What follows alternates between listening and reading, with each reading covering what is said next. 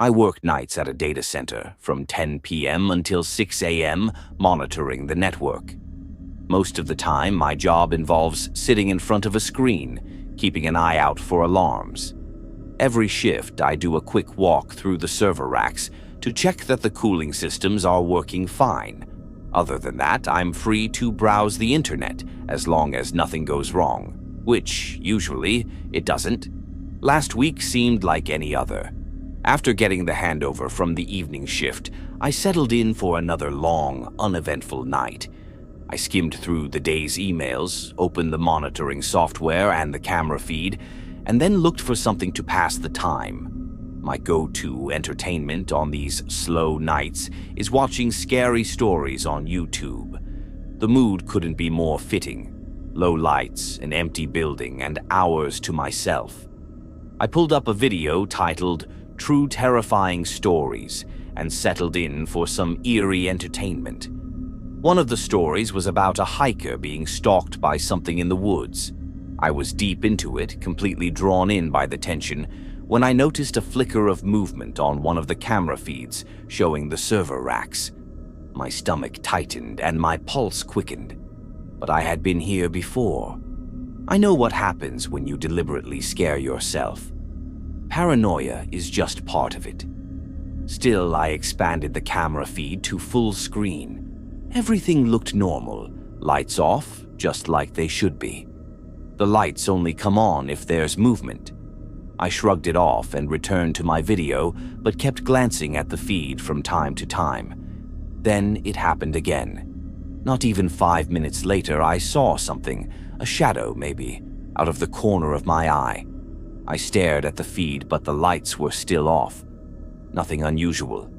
But I couldn't shake the feeling that I had seen something. Determined to check, I stood up from my desk, heart racing slightly, and walked into the hallway. I passed through the access door into the data hall. The fluorescent lights clicked on all at once, flooding the area with brightness.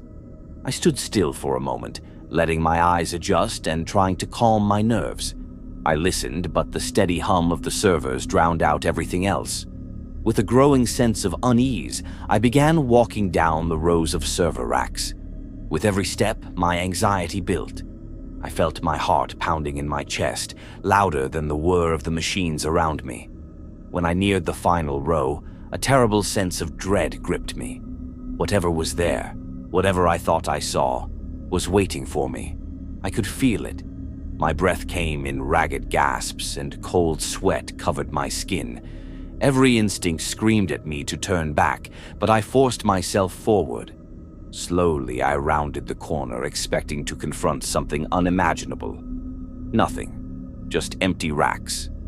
Of course, I was alone. I let out a nervous laugh. I'd let those videos get to me again. Feeling foolish but relieved, I returned to my desk and switched over to a more relaxing documentary about fighter jets. The rest of the shift was uneventful. Morning finally came. The day shift worker strolled in, looking hungover as usual. We exchanged the usual small talk about how quiet the night had been, and then I packed up my things to head home. As I approached my car, something caught my eye. There was something tucked under the windshield wiper. A little closer, and I saw what it was. A Polaroid. My heart pounded as I pulled the photo out. It showed the rows of server racks brightly lit. I was in the picture, standing with my back to the camera, about to peer around a corner. But what froze me in place was the hand, right in the center of the frame, reaching toward the camera. It was holding a knife.